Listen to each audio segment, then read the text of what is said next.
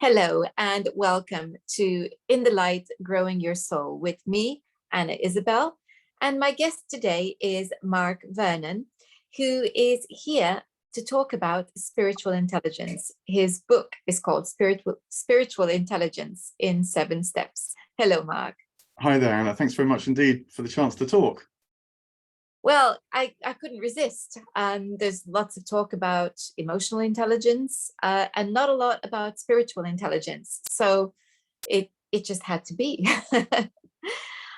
So I guess a good place to start would be to talk about what spiritual intelligence actually is. Yeah, so the contrast with other kinds is perhaps useful, particularly emotional intelligence.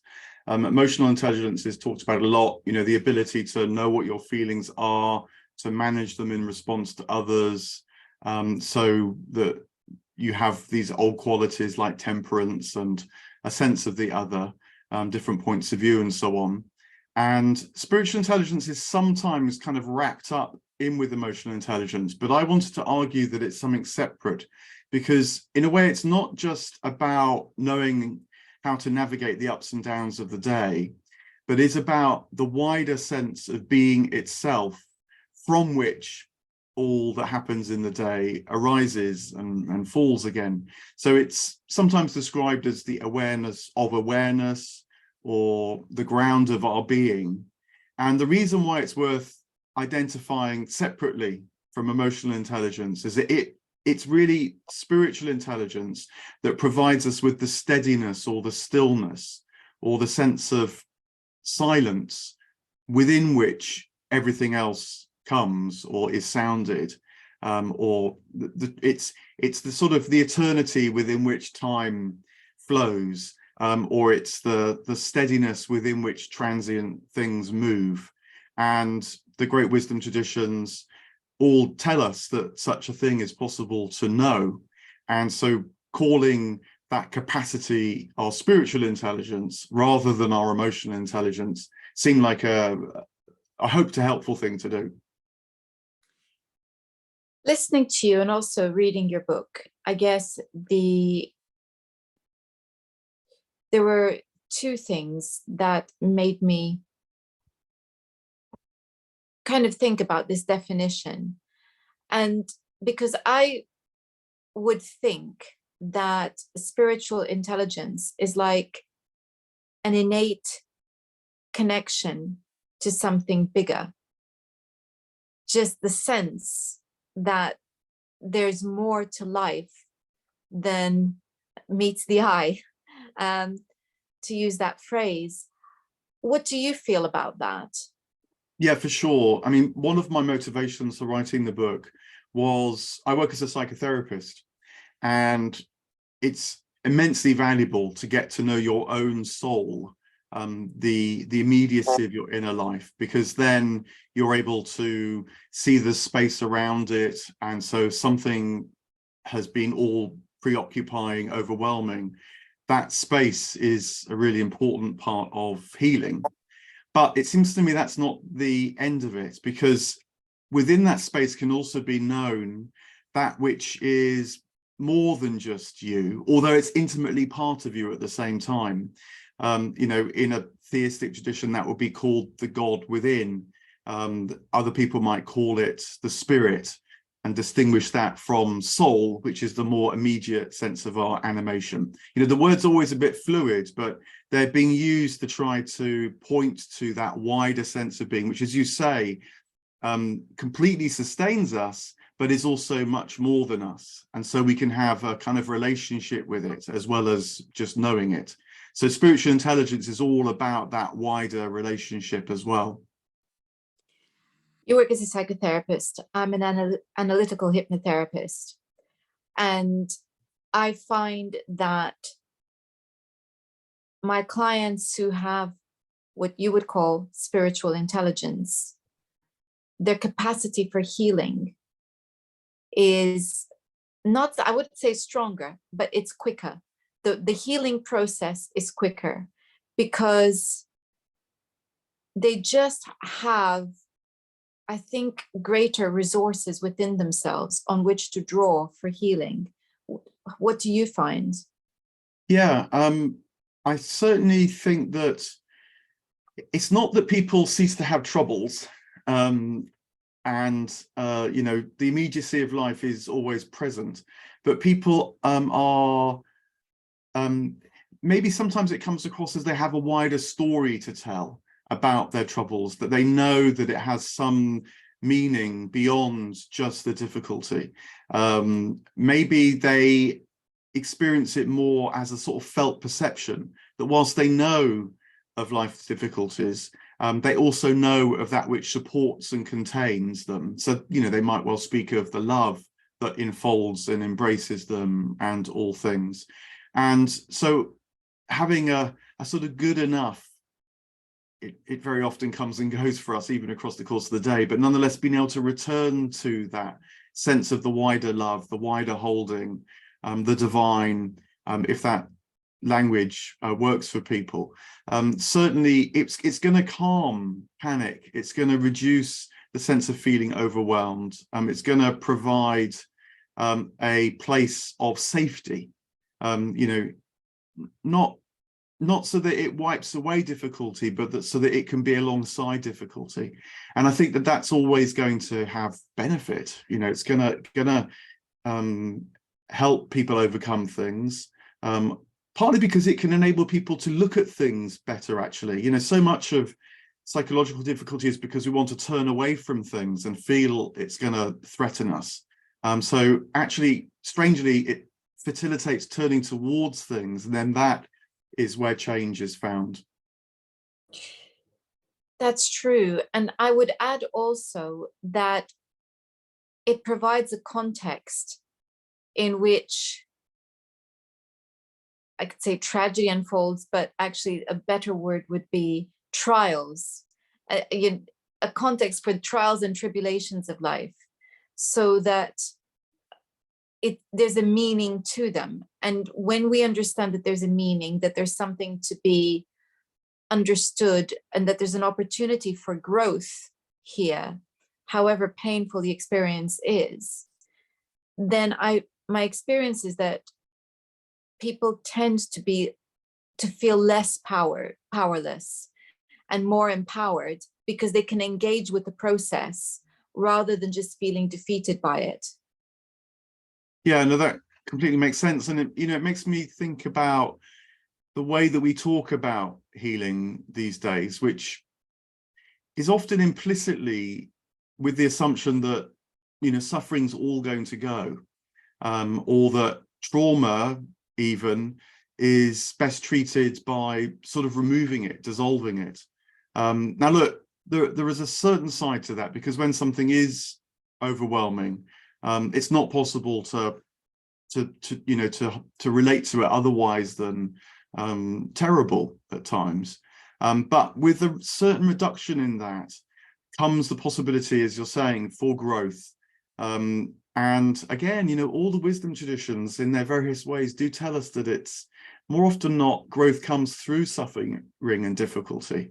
You know, and that makes sense. I mean, developmental psychology tells us this, that when we're born, we operate with rather narrow notions of love, for example. You know, the child needs to love the parent and know that the parent's attention is fully on it. But a moment comes when the child realizes that the parent has other concerns as well, other loves, you know, maybe a partner, maybe other children, maybe work. And that's a moment of crisis for the child. This one love is not there all the time at its beck and call. But if the child can work its way through that crisis, which definitely produces suffering in children, then it can realize that much like the parent has wider loves, so too it can have wider loves. It can start to love other things, and then many things, and then life itself. So these kind of steps are steps through crisis, which bring suffering. And again, you know, the great traditions tell us that even death is a step to a wider sense of life, and we can know that in our everyday, as well as when we think about the prospect of our mortality. It's interesting that you were talking about it as in developmental psychology, that we all have to go through these phases in order to develop into adulthood, hopefully healthy adulthood, mentally healthy adulthood. But I was also thinking about that, those moments of acute pain where we do feel very beleaguered and defeated. How do we crawl out from that? And it needs to be because we have a sense of something else. Because if we don't have a sense of something else, it's so much harder. Yeah, and if you have that sense of something else already established, then that's going to be a great boon in those moments of intense suffering. If not, then I think it's one of the reasons why people come to therapists of one sort or another, because then the therapist is a kind of proxy for the trust, for the faith, for the confidence that this thing can be worked through, and you'll know that that's often what you bring to someone.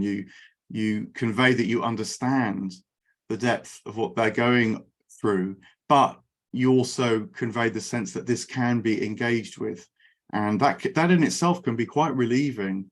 And that, one of the first things that you offer someone in a therapy. Thinking about the definition again, another word, because you talk about a knowing, and so is that knowing that you're talking about different from faith, or is it the same thing? Yeah, I guess it would be different from faith. If faith to you means just sort of holding on to something because you feel you've got no alternative. Now, look, I mean, that has a place. Again, in the wisdom traditions, it's sometimes referred to as the dark night of the soul, when you feel everything has been taken away and all you can do is kind of cling to bare life, and the hope, the faith that your sheer existence means more than you can know in that moment. And, it's not just in times of desperation that can happen, but the great religious writers, spiritual adepts tell us that this too is part of the process. But nonetheless, I think there is a kind of knowing, and it's not a kind of necessarily cognitive knowing. It's more a knowing in your heart, in your soul, in your body. It's a knowing because you go to a place that tells you there's more. It's a knowing because you're held in the arms of someone that conveys that sense as well. So in the richest possible ways in which we know these things, intuitively, I guess would be a broad word as well here. It's that kind of knowing which faith can become, put it like that. Faith, I guess, opens us up to that possibility. You trust someone else, you trust a place, you trust your tradition. And then through that trust, it's almost like a sort of portal, I guess, comes an awareness of things that becomes, can become steady in you. It's funny because you can think of faith as knowing, because some people have this unshakable faith in something, and for them that is knowing. But then you can also think, as you said, about faith as being a kind of vague hope that what you want to believe is true. And so it's a funny one, isn't it? Yeah, I mean, maybe one of the ways of discerning is to think about the quality of this faith. So if someone says, I have absolute faith in, sometimes you feel that it rings true because it has a flexibility, it has a malleability. It's not insisting that the world goes a certain way, but it's as if it's something that can carry people through the world in whatever way it goes. Whereas there is another kind of much more fragile way of insisting on faith, which is almost a sort of block out. I don't want to know anything else. I just have faith in this. And yes, that is going to likely to crumble, likely to fall at some point, because ultimately you can't screen out the rest of life and just cling on to what you want to cling on to. Life's not like that. So thinking about how it feels when someone even says such a thing to you, does it have this malleability? Is it open? Can it say yes? Or is it more like a block, a no, get away from me? Yeah. And that's where you were talking about that sense of knowing being a feeling, a feeling that's deep within you, that you just know. And that's a beautiful thing. Now, your title is A Spiritual Intelligence in 7 Steps. So I think maybe it's time to talk about the 7 steps. Yeah, the idea is that these are 7 sort of parts of life which we can experience with spiritual intelligence, although often in our modern culture, that is either sort of screened out or actively denied. So one of them, for example, is the experience of time. And it's very common in the modern world to experience time mostly as chronological time, the ticking of the clock, or the turning of the numbers on the mobile phone. And of course, we structure our days very much now according to chronological time. Now, that's useful. All these things have their uses, which is why they're so dominant. But if that's your only experience of time, then life becomes rather flat. It becomes just one thing after another, and you feel you haven't got time. And it can even lead to burnout, living only in that kind of time.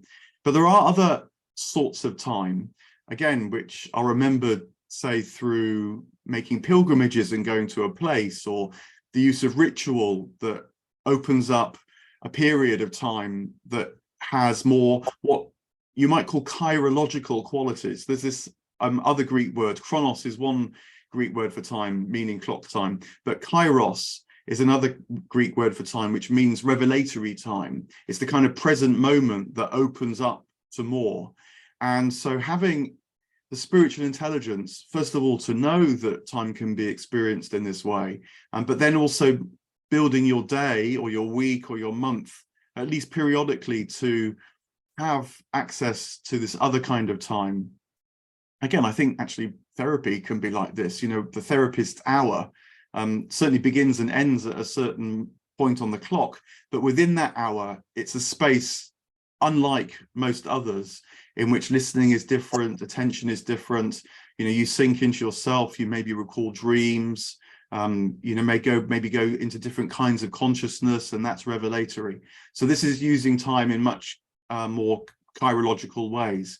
And spiritual intelligence knows that, it trusts that.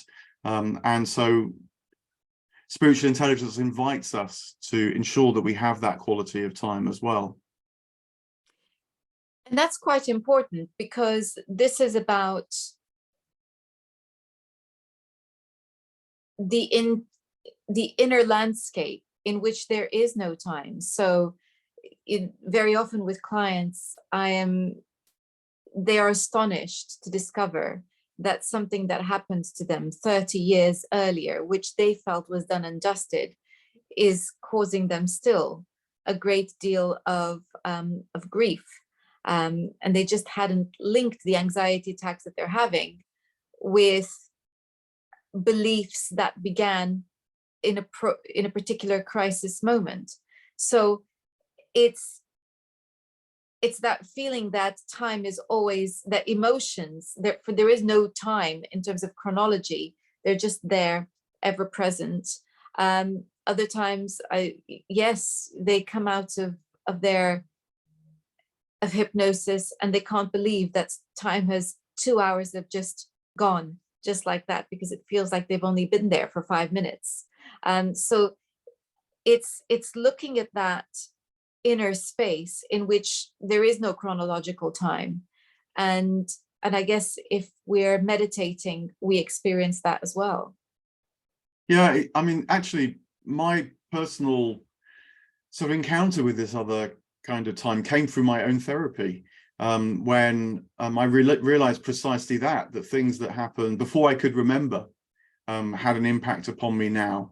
But the impact was, kind of as if it happened just a few minutes ago, or certainly kind of yesterday. But as you say, 30 years ago, 50 years ago, in my case, it didn't matter in terms of this psychological time, which is much more timeless. And then in therapy, again, there's various ways you can do this, but you develop the capacity to sort of move across time, if you like. And so you can return to that thing that happened. You can sort of at once know that it's in the past, which is really important, because then that creates a different sort of present that leads to a different future. But at the same time, recognize that it's powerful. It has a presence still. And again, sort of multiple experiences of time, I think, is another way in which spiritual intelligence opens up time for us. We're able to appreciate things which, in a strictly chronological sense, would be contradictory. That something can be both in the past and present, for example. And even it can, the thing that was in the past now present, by relating to it differently, not traumatically, but as perhaps a point of growth, that too can carry into a different future.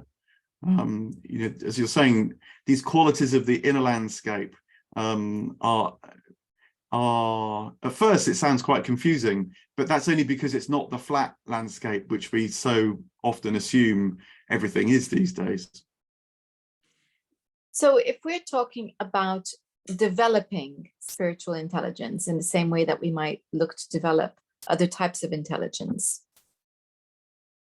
what would you recommend? So we're talking about time and this relationship with time and needing to go to Kairos time rather than Chronos time. Are there exercises that you would recommend that people do to help them develop the ability to spend more time in this type of time? Yeah, no, definitely. I mean, you know, they're familiar exercises to us, to many people now, things like meditation, or maybe having some therapy, or if you enjoy rituals, even just lighting a candle momentarily opens up a different kind of time.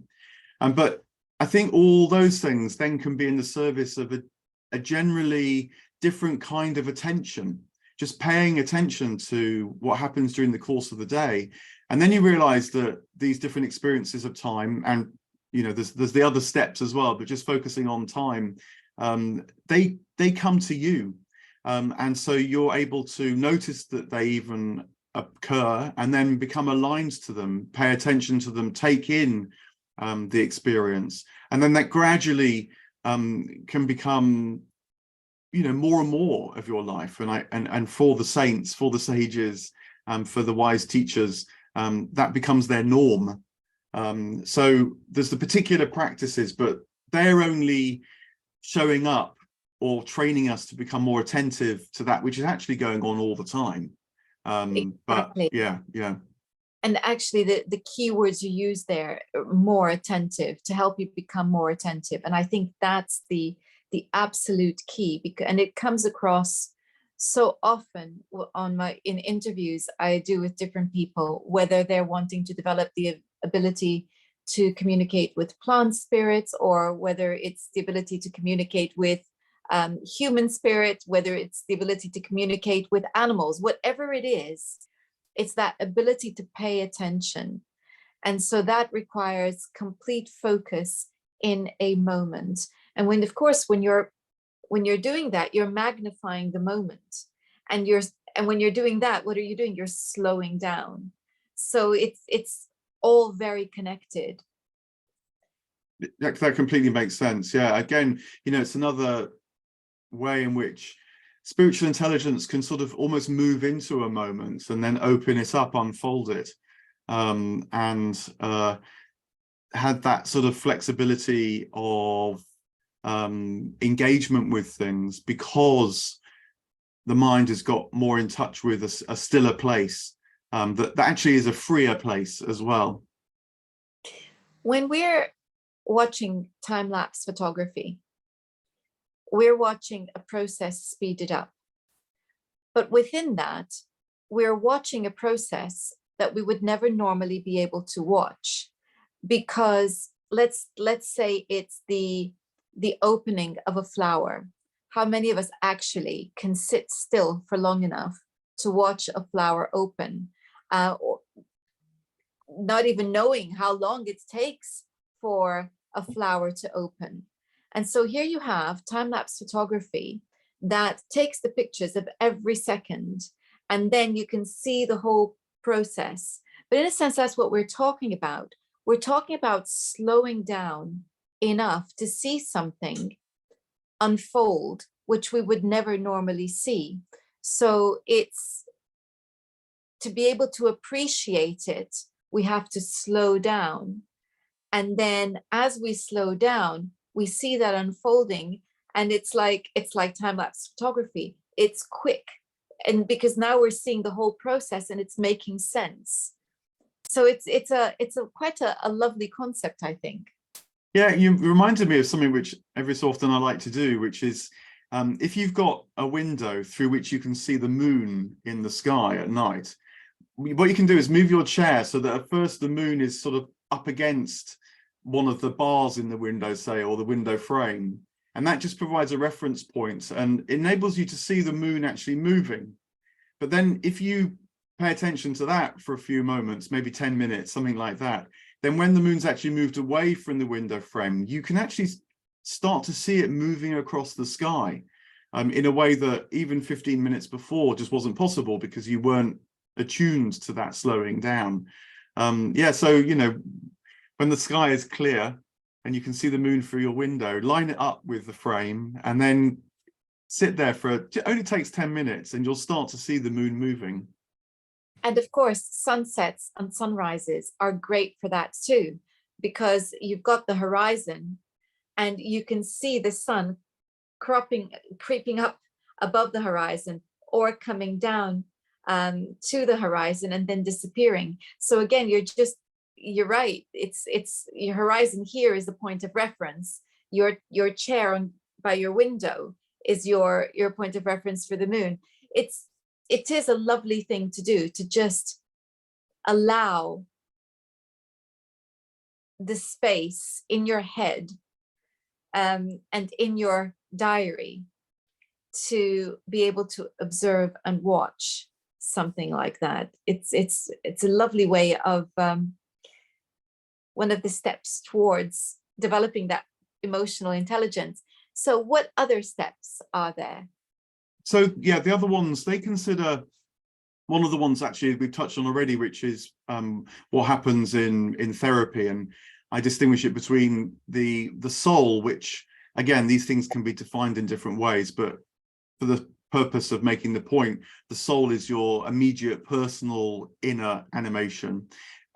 Understanding that in order to become aware of the wider spirit, you know, the ground of being, that which is more than your immediate person.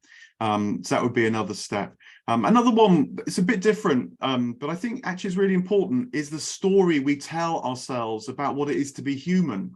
And because there's a very powerful dominant story, which has got a lot of truth in it, that human life is like all other animal life, all other creaturely life, a sort of survival of the fittest. And there's no doubt an element of that exists. But I think if you look at what's required for survival, there's actually something much wider going on, which is an engagement with life itself, a love of life itself. And you can tell a wider story, a big history is sometimes talked about now, which focuses on that engagement with life itself. I mean, if you think about it, for most of human history, most of our ancestors have spent a lot of time performing rituals, having feasts, watching the sunrise and the moon moving, for the purposes of engaging with this wider ecology. And so that bigger history about how Homo spiritualis, you might say, matters quite as much as Homo sapiens. That's another step. And in fact, there's a number of mainstream evolutionary scientists looking at that now, and so I draw on their work in the book as well. So the 7 steps kind of look across a variety of things. Another one is how we think about ethics. Ethics can be a sort of, you should do this, you shouldn't do that, a sort of moral demand. But actually, spiritual intelligence knows that there's what you might call a virtue way of approaching these things. It's about our character, our personality, our habits. And if we develop the capacity more for love, for example, one of the virtues, then we'll see that actually love exists elsewhere too in the wider world. And so that feeds our personal love. It ranges across these elements and 3 or 4 more. I like that. I like that very much. And I like the way that you bring in the idea of love, and also the fact that there is more to life than the evolutionary competition, and that we're taught is prevailing everything, that it's only about Darwinism and social Darwinism. Actually, if you look at nature, yeah, there is that, but there is more than that. There's also collaboration. And And this is actually, the sad thing is that this is in evolution right from the word go. Charles Darwin, he wrote, as well as his famous book on evolution, he wrote a book about earthworms. And he noticed when he was studying earthworms that if his earthworms were in a certain kind of mulch, even if danger threatened, which he could simulate by flashing a light at them, they would be so absorbed in the mulch that they preferred, as it were, to stay in that mulch rather than, as it were, disappear down a hole and escape the danger.